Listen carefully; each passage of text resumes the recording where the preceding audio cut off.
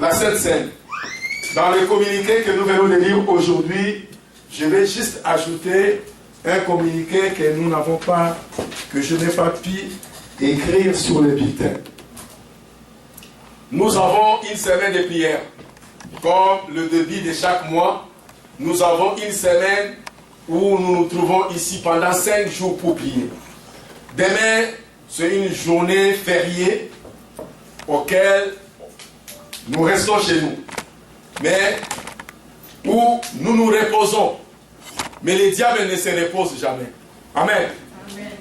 Donc demain, nous avons l'intercession ici de 18h30 à 20h. Mardi de 19h à 20h30.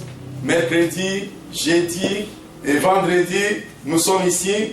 Je remercie ceux et celles qui ont été ici mercredi.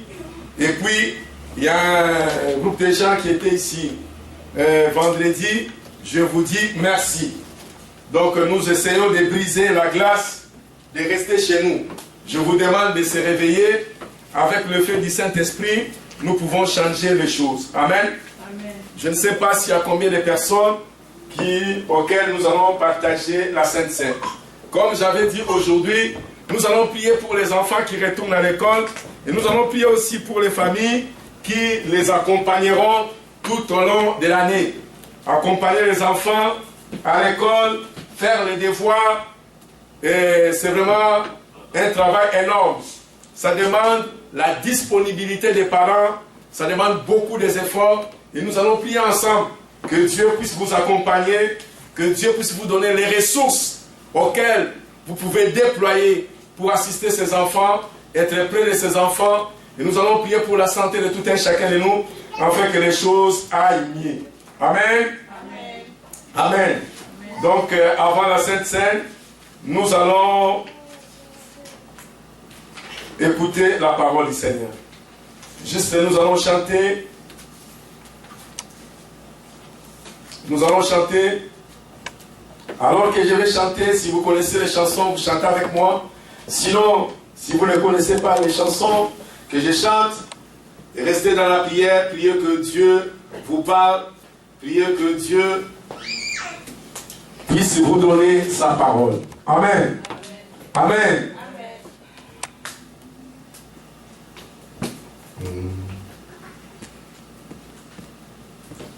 I surrender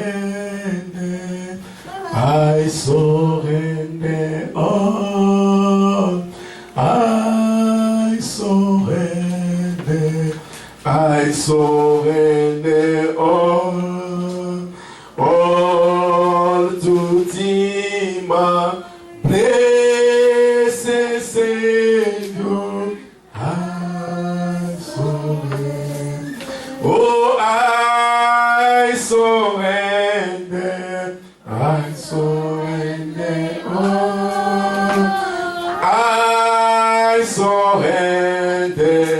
I surrender all to thee, my blessed Savior.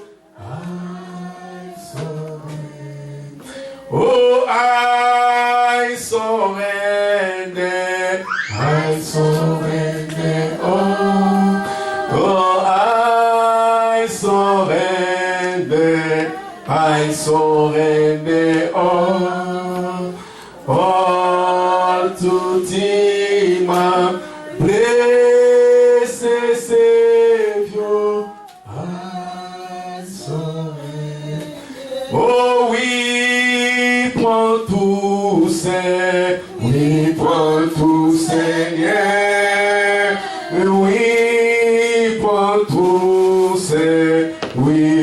tout, Seigneur. Entre tes mains, j'abandonne tout avec toi. Demandez à Dieu de vous parler. Priez pour vous-même, dis Seigneur, parle-moi. Merci notre Père qui est aux cieux. Père, merci pour ce moment glorieux. Dieu, merci pour ce moment glorieux. Oh Saint-Esprit, nous t'adorons, Seigneur, pour qui tu es, pour ce que tu fais. Merci, l'Esprit de Dieu. Merci, Saint-Esprit. Nous te souhaitons bienvenue et nous t'accueillons chaleureusement dans cet endroit. Nous te demandons, Seigneur, de nous transmettre l'onction de ta présence. Dieu, nous te demandons au nom de Jésus de revêtir la parole qui sort de ma bouche et que cette parole apporte la vie, notre Dieu, à son peuple, à ton peuple, notre Dieu, ton peuple qui sont là. Ton peuple, notre Dieu qui est venu pour t'écouter. Dieu parle. Saint-Esprit parle. Dieu parle, Saint-Esprit. Dieu, je me dépouille entre tes mains. Dieu, je dépouille ma connaissance à toi. Saint-Esprit, viens communiquer, viens parler, viens transmettre ta parole à ton peuple. Il y a quelqu'un, notre Dieu, qui est dans les besoins. Mais la Bible dit que dans l'air de détresse, il criera à l'Éternel. L'Éternel envoya sa parole est guérie. Dieu, laisse que cette parole puisse guérir quelqu'un. Dieu, laisse que cette parole puisse donner l'espoir à quelqu'un.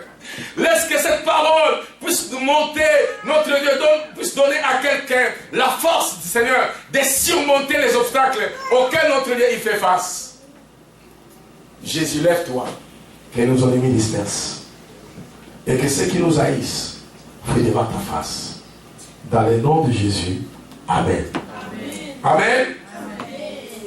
Mon message a pour thème un sujet qui nous donne encore l'espérance. Il y a encore un sujet auquel vous pouvez avoir l'espoir. Peut-être que vous êtes désespéré dans la vie. Amen. Il y a un sujet qui peut vous donner encore de l'espoir. Au-delà de ce que vous vivez au quotidien. Il y a les chagrins, il y a les désespoirs, il y a les tourments, il y a l'insatisfaction totale dans votre vie.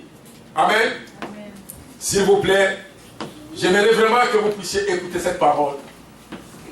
Au-delà de tous les tourments, au-delà de l'insatisfaction dans votre vie, mais il y a un sujet cet après-midi que j'aimerais partager avec vous. Il y a un sujet auquel j'aimerais vous dire qui peut vous donner encore de l'espoir, qui peut vous donner la force de se mettre debout et de continuer à vivre dans cette vie. Il y a un sujet dans la Bible auquel j'ai trouvé ce matin. Il y a un secret dans la Bible auquel je vais le partager avec vous. Ce sujet peut vous donner encore de l'espoir. Amen. Amen. J'ai trouvé un secret. J'ai trouvé un sujet dans la Bible. Au-delà des plaies, au-delà des grincements des dents, au-delà des échecs dans la vie, au-delà de tout ce qui se passe, je ne sais pas comment vous êtes réveillés ce matin. Je ne sais pas comment est-ce que vous avez fait pour retourner vos enfants à l'école. Je ne sais pas combien de dettes qui pèsent sur votre tête, auxquelles le moyen de résoudre ces dettes est quasiment introuvable. Mais j'ai trouvé un sujet dans la Bible, et c'est ce sujet auquel je suis venu pour partager avec vous. Un sujet qui peut vous donner de l'espoir. Je vais relire rapidement. Dans le livre de Lamentations de Jérémie. Tournons nos Bibles rapidement. Dans le livre de Lamentations de Jérémie. Il y a le livre de Jérémie, mais il y a aussi le livre où Jérémie s'est lamenté. Lamentations de Jérémie, chapitre 3, verset 1 à 24. Je vais lire une fois pour toutes, pour ne pas lire deuxième fois. Souffrance et consolation. Je suis l'homme qui a vu la misère sous la verge de sa fureur. Il m'a conduit, mené dans les ténèbres et non dans la lumière. Contre moi, il tourne et retourne sa main tous les jours. Il a fait dépérir ma chair et ma peau. Il a brisé mes os. Il a bâti autour de moi. Il m'a environné de poison et de douleur. Il me fait habiter dans les ténèbres comme ceux qui sont morts dès longtemps. Il m'a entouré d'un mur pour que je ne sorte pas. Il m'a donné des pesantes chaînes. J'ai beau crier et implorer des secours, il ne laisse pas accès à mes prières. Il a fermé mon chemin avec des pierres de taille. Il a détruit mes chantiers. Il a été pour moi un ours, un embuscade, un lion dans un lieu caché. Il a détourné mes voies, il m'a déchiré, il m'a jeté dans la désolation. Il a tendu son arc, il a placé comme un but par sa flèche. Il a fait entrer mes reins les traits de son carquois. Je suis pour mon peuple un objet de raillerie. Chaque jour, l'objet de leurs chansons. Il m'a rassasié d'amertume et il m'a enivré d'absinthe. Il a brisé mes dents avec des cailloux. Il m'a couvert de sable. Tu m'as enlevé la paix. Je ne connais plus le bonheur. J'ai dit, ma force est perdue. Je n'ai plus d'espérance à l'Éternel. Quand je pense à ma détresse et à ma misère, à l'absinthe et au poison, quand mon âme s'en souvient, elle est abattue au-dedans de moi-même. Mais voici ce que je vais repasser à mon cœur. Ce qui me donnera de l'espérance. Les bontés de l'Éternel ne sont pas épuisées. Ses compassions ne sont pas à leur terme. Elles se renouvellent chaque matin. Oh, que ta fidélité est grande. Amen. Amen. Amen. Voilà le sujet que j'ai trouvé ce matin. Jérémie est un homme comme vous et moi. Jérémie, c'est un enfant qui est né comme tous les enfants. Jérémie a obtenu un appel de Dieu. Je vais rapidement vous parler de qui est Jérémie et ce que nous savons de lui. La Bible ou les savants théologiques ou les commentateurs bibliques nous fait voir que le prophète Jérémie a été appelé au 7e siècle avant Jésus-Christ. Un homme de Dieu consacré totalement à Dieu. Un homme qui a compassion de ses compatriotes. Même si celle-ci les persécute. Il a compassion de ses compatriotes. Il a compassion de peuples dont ils sont ensemble, ils sont issus du même pays. Un homme qui proclame la vérité de Dieu, mais cette vérité dérange ses compatriotes. Quand il ouvre la bouche pour prophétiser, ces prophéties dérangent les gens. Amen. Amen. Il ne dit jamais aux gens, Dieu est bon, il va te bénir. Quand les gens viennent pour le consulter, il dit, voilà, tu es venu pour consulter Dieu. Mais Dieu me dit, dans la guerre que vous partez, tu vas mourir. Amen. Amen. Mais ce n'est pas ce que les gens veulent écouter. Contrairement à la prophétie de notre époque. Les gens, quand un prophète se présente, il ne nous dit pas que vous êtes ceci, vous êtes soit cela. Les prophètes nous disent, voilà, tu es bon, tu vas avoir une voiture, tu vas avoir un mari, et nous attendons les maris, nous attendons le bonheur, et nous ne trouvons pas le bonheur. Amen. Amen. Amen. S'il vous plaît, écoutez. Jérémie, il est persécuté par ses propres compatriotes parce que ses prophéties dérangent les gens. Amen. Amen. Un homme qui a vécu la persécution totale. Amen. Amen. Les livres de Jérémie qui portent son nom nous montrent comment Dieu a appelé Jérémie. Nous pouvons tourner la Bible rapidement dans les livres de Jérémie, chapitre 1, versets 5 à 10. Nous allons voir comment est-ce que Dieu a appelé le monsieur, le prophète Jérémie. Jérémie chapitre 1. Jérémie chapitre 1. Verset 5 à 10. Nous lisons. Verset 5. La parole de l'Éternel me fit adresser en ces mots. Avant que je te euse formé dans le ventre de ta mère, je te connaissais. Avant que tu fisses sortir de son sein, je t'avais consacré. Je t'ai établi prophète des nations. Jérémie répond, ah Seigneur éternel, voici, je ne sais point parler, je suis qu'un enfant. Et l'Éternel dit à Jérémie, ne dis pas, je suis un enfant, car tu iras vers tous ceux auprès de qui je t'enverrai. Tu diras tout ce que je t'ordonnerai. Ne les crains point, car je suis avec toi pour te délivrer de l'Éternel. Puis l'Éternel dit, étendit sa main sur Jérémie et toucha sa bouche. Et l'Éternel me dit, voici, j'ai mis mes paroles dans ta bouche. Regarde, je t'établis aujourd'hui sur les nations, sur les royaumes, pour que tu arraches, que tu abattes, pour que tu ruines et que tu détruises, pour que tu bâtisses et que tu plantes. Amen.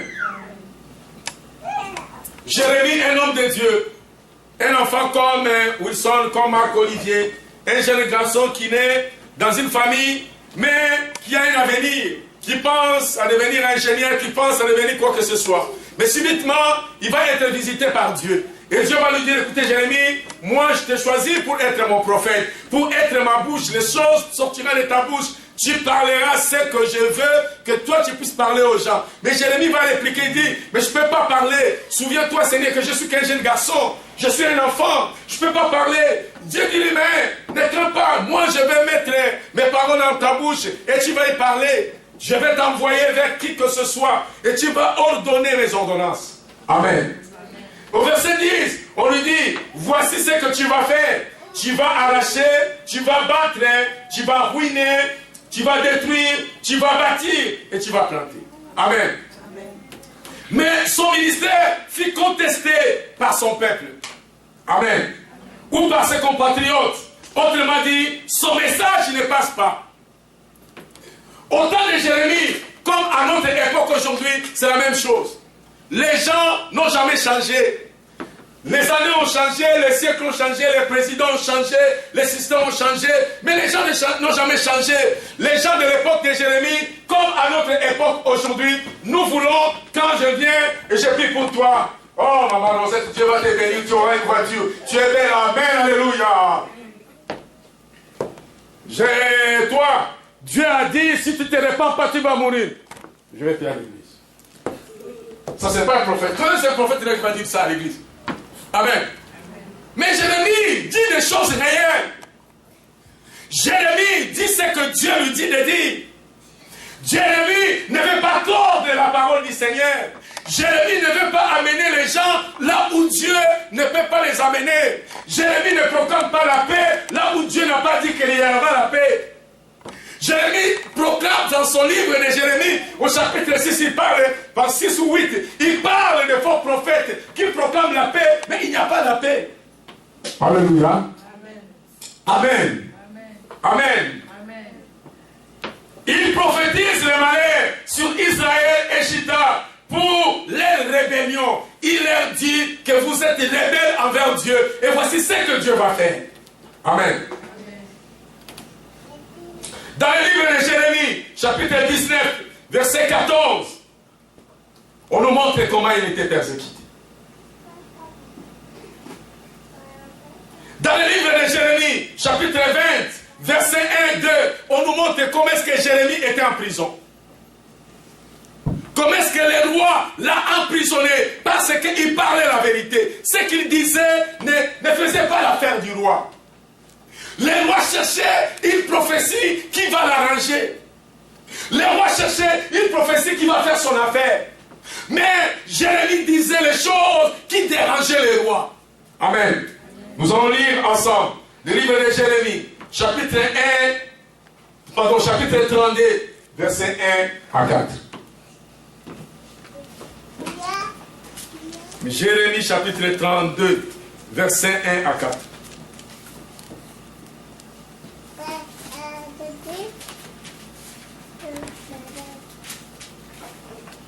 Jérémie chapitre 32, verset 1 à 4. La parole qui fut adressée à Jérémie de la part de l'Éternel. La 10e année de Sédécia, roi de Juda. C'était la 18e année de Nebuchadnezzar. L'armée du roi de Babylone assiégeait alors à Jérusalem. Et Jérémie, le prophète, était enfermé dans la cour de la prison qui était dans la maison du roi de Juda.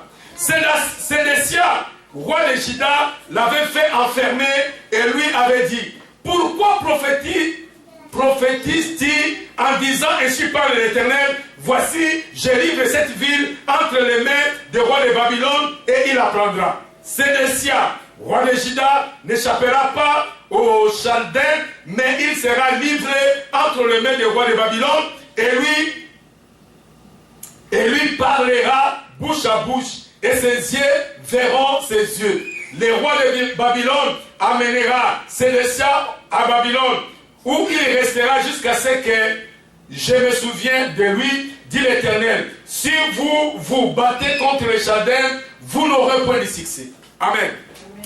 Écoutez-moi, mes chers amis. Le roi Sédécia envoie quelqu'un pour aller voir Jérémie le prophète. Il lui dit: voilà, nous sommes attaqués par les Babyloniens. Nous sommes attaqués, ce groupe de gens vient pour nous attaquer.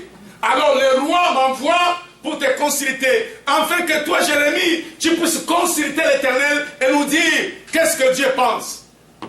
Jérémie lui dit: va dire au roi que la ville sera assiégée. Le roi de Babylone va assiéger la ville et il va prendre possession de la ville. Il va avoir la victoire. On va prendre le roi, on va l'amener à Babylone comme prisonnier. Et le roi n'est pas content de cela. Le roi voulait qu'on puisse lui dire: alléluia le roi, on va gagner, on va faire ceci. Mais Jérémie ne lui dit pas ça. Ça ne fait pas son affaire. Alors Jérémie se trouve dans la prison. Amen. Amen. Amen. Jérémie se trouve dans la prison. Il vit misérable, triste. Et il dit dans son texte, que nous venons de lire dans la lamentation de Jérémie chapitre 3. Il commence sa lamentation. Il commence à se lamenter. Jérémie est un prophète de Dieu. Jérémie est un homme qui a parlé, qui a écouté Dieu lui parler. Jérémie est un homme qui a saisi une mission de Dieu. Mais Jérémie se lamente.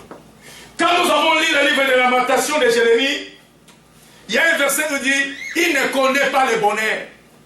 Tout ce qu'il sait, c'est toujours la tristesse, le misère. Sa vie, c'est toujours misère. J'aimerais relire encore quelques versets. Je ne vais pas lire tous les versets. Je vais lire le verset 1. Il dit: je suis un homme qui a vu la misère sous la verge de sa fillette. Un homme qui voit les misères sous les chicottes de la fillette. On lui chicote par le roi parce que le roi est furieux. Amen. Amen. Amen. Il m'a conduit, il met dans les ténèbres.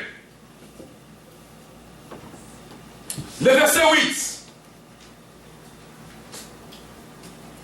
J'ai beau crier et implorer le secours, il ne laisse pas accès à ma prière. Il a beau crier à Dieu.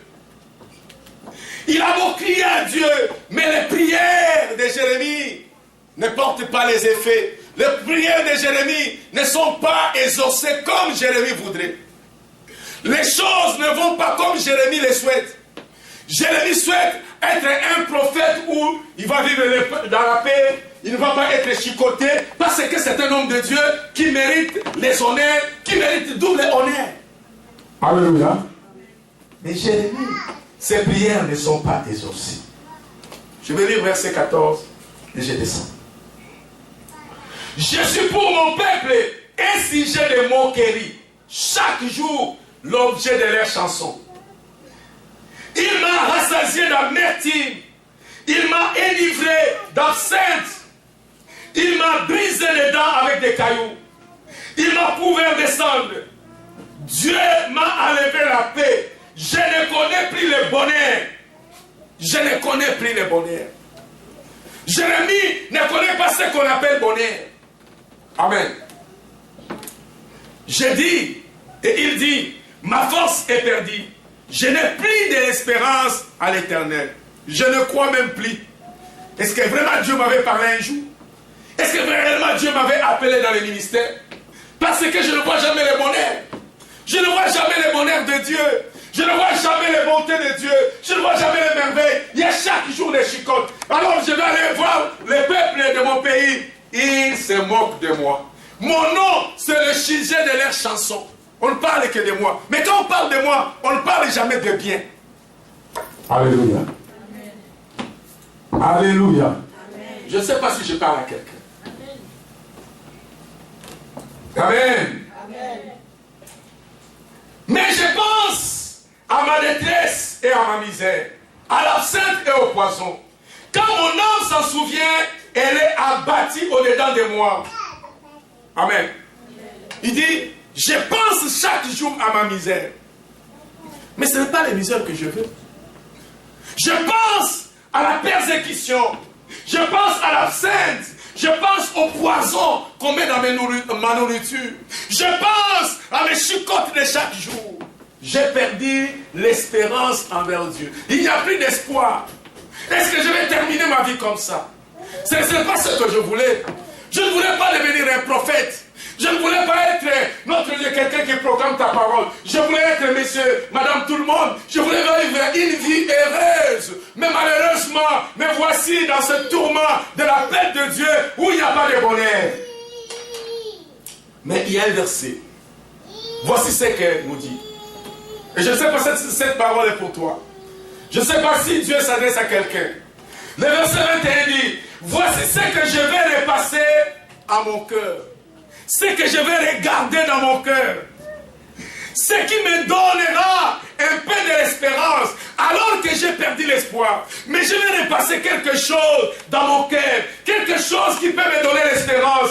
Voici où je vais trouver l'espoir en Dieu. C'est que les bontés de l'Éternel ne sont jamais épuisées. Il dit, les bontés de l'Éternel, les bontés de Dieu ne sont jamais épuisées. Ses compassions ne sont pas à leur terme. Ils se renouvellent chaque matin.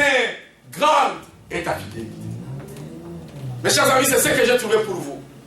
C'est ce que j'ai trouvé pour moi. C'est ce que j'ai trouvé pour votre tristesse. C'est ce que j'ai trouvé pour votre misère. Et c'est ce que je vous transmets de la part de Dieu. Au-delà de moquerie, au-delà que votre nom, c'est vraiment la chanson de tout le monde, au-delà des railleries, au-delà des insultes, au-delà alors que vous êtes réveillés ce matin, vous avez regardé les factures qui se dressent sur votre table, ce qui se laisse sur votre table devant l'ordinateur ou sur votre chevet de lit. Vous regardez les factures, vous regardez votre conjoint, vous regardez votre conjointe, et vous regardez les enfants, vous regardez votre congélateur c'est vide, et vous regardez le lendemain, vous voyez que les choses ne marchent pas. Vous regardez votre carte en banque, vous regardez, c'est vraiment juste une plastique auquel il n'y a 0 sous dans ces cartes. Amen. Alors vous avez perdu l'espoir en Dieu. Pourquoi aller encore à l'église? Pourquoi faire ceci? Mais j'ai essayé déjà. On nous appelle de prier. Mais j'ai déjà prié. Je suis déjà gêné. Les choses ne fonctionnent toujours pas. Mais permettez-moi, chers amis dans les Seigneurs, permettez-moi, mes bien-aimés dans les Seigneurs, permettez-moi de vous parler de la part du Seigneur, comme Jérémie et comme vous. Amen. Comme vous, comme Jérémie. Vous ne méritez pas peut-être d'être enfant de Dieu. Vous voulez mener une vie comme monsieur, madame qui passe dans la rue. Vous voulez à la fois aller boire, danser et à la fois faire des choses illégales ou des choses qui ne glorifient pas Dieu, comme madame dans la rue, comme le monsieur dans la rue. Vous voulez aussi détourner, vous voulez aussi faire des choses. Vous regardez, mes seigneurs, je ne fais pas ceci à cause de Dieu. Je ne peux pas aller danser ni à cause de Dieu, parce que hier, j'étais danseuse de lit. Mais aujourd'hui, je ne le fais pas à cause de Dieu. Quand j'étais danseuse de lit, j'ai récolté beaucoup d'argent. Quand j'étais vendeur de drogue, j'aurais cessé cela. Mais à cause de Dieu, je laissé cesser cela. Parce que je me souviens que Dieu m'a appelé. Mais je ne vois pas les bonheurs de Dieu. je vois que le suite. Je vois que mes factures augmentent chaque jour. Je vois que chaque jour que je lutte pour réduire mes dépenses, alors mes dépenses augmentent. Alors que je donne à Dieu tout ce que j'ai, mais je ne vois même pas ce qu'il a dit, mettez-moi de sorte à l'épreuve, et vous verrez si je n'ouvre pas pour vous les éclipses des cieux. Amen. Amen.